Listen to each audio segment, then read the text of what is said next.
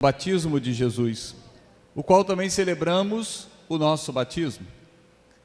Mas sabendo que o batismo ele apaga os pecados, né? Quem é batizado tem os pecados apagados. Se uma das finalidades do batismo é essa, trazer para nós uma filiação divina e apagar os pecados, podemos nos fazer a seguinte pergunta: teria necessidade de Jesus então ser batizado? Porque se o batismo nos traz uma filiação divina, ele já é filho de Deus. Se apaga os pecados, ele não tem pecado, porque então Jesus é batizado? Jesus não foi batizado por uma necessidade, tanto que João Batista, no primeiro momento, meio que recusa batizar Jesus. Não, eu não sou digno de desamarrar nem a sandália dos pés dele. Mas é Jesus que vai ao encontro de João para que então possa ser batizado. Entre tantos pontos, eu vou trazer apenas 3, desse desejo de Jesus então ser batizado, não por necessidade, porque não havia necessidade dele ser batizado, mas 3 pontos. O primeiro, que no momento que Jesus é batizado, ali é revelado a identidade dele.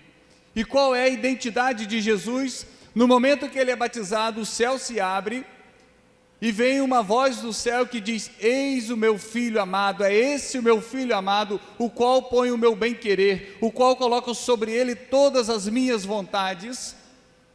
Ou seja, a identidade dele, filho de Deus. Naquele momento ele é reconhecido como filho de Deus, porque o próprio Pai o chama de filho: eis o meu filho amado.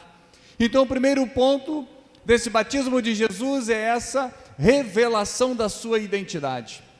O segundo ponto do batismo de Jesus é que até aquele momento ele tinha uma vida discreta.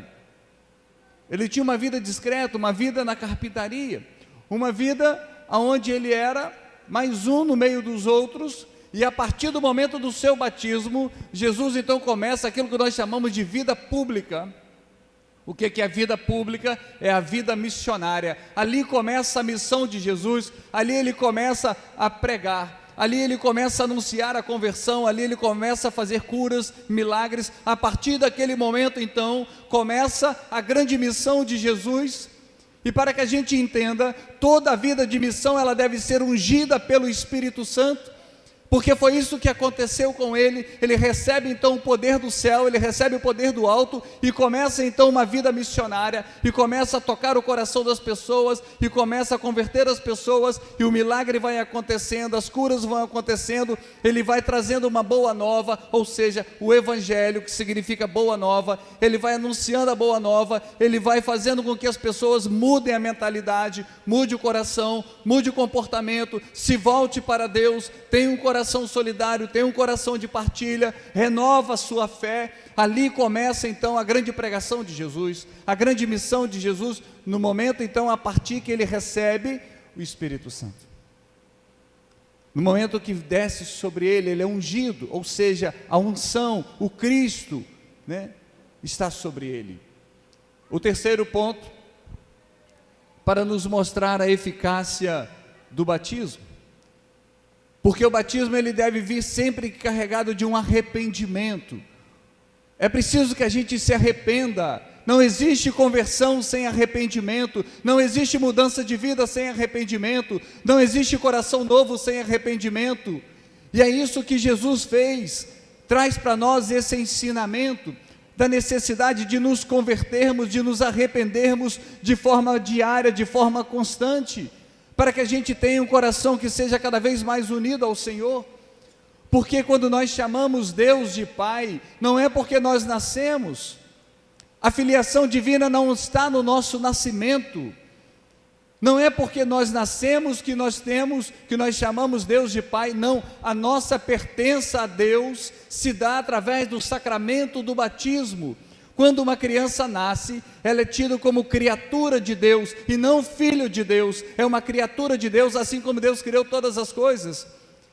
A filiação divina se dá através do sacramento do batismo, porque só existe um único Filho de Deus, que é Jesus Cristo.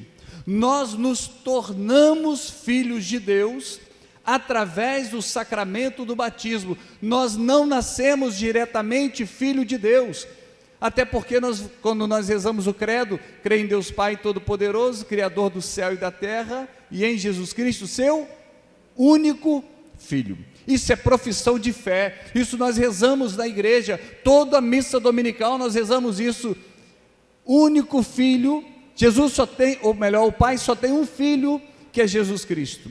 Nós nos tornamos filhos de Deus através dos méritos de Jesus Cristo, através do sacramento do batismo. Então a nossa pertença à igreja não é porque a gente vem à igreja, a nossa pertença à igreja começa através do sacramento do batismo, a nossa pertença nessa filiação divina se dá através do sacramento do batismo. Por isso que nós devemos dar importância ao sacramento do batismo. O sacramento do batismo não pode ser na nossa vida, ou na nossa casa, na nossa família, algo meramente social.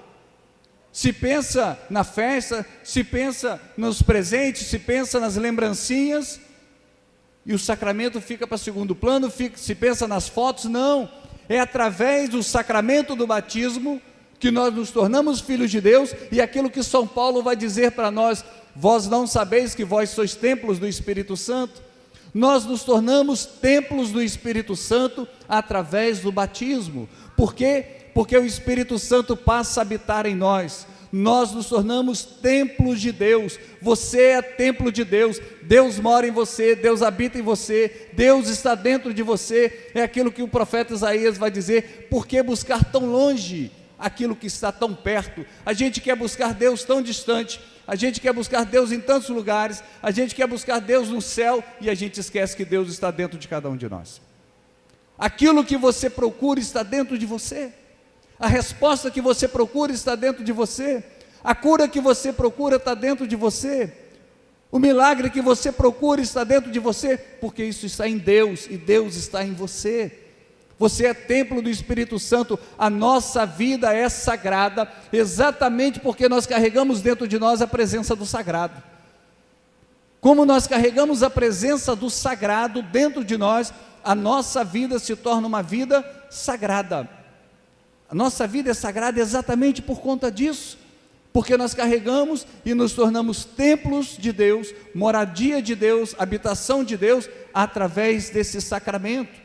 Por isso que o sacramento deve ser olhado de uma forma diferente, o batismo deve ser olhado de uma forma diferente, os padrinhos devem ser escolhidos de uma forma diferente. Não pode ser, não é que não pode, o critério não deveria ser a amizade de um, a amizade do outro, mas o testemunho de fé que esses padrinhos vão dar para o seu filho, para o seu neto, para o seu sobrinho, porque é pela fé deles. A criança não é batizada na fé dela, a criança é batizada na fé dos pais e na fé dos padrinhos. Por isso que o padrinho tem total importância na vida religiosa dos seus afilhados. Ele deve ser testemunho de fé, ele deve testemunhar a sua fé, ele deve ser uma referência de fé para a vida do seu afilhado, para a vida do seu afilhado. Então, antes de ser compadre e comadre, deve ser primeiramente padrinho e madrinha. Antes de ser compadre e comadre, deve ser padrinho e madrinha, ou seja, essa é a missão, essa é a responsabilidade.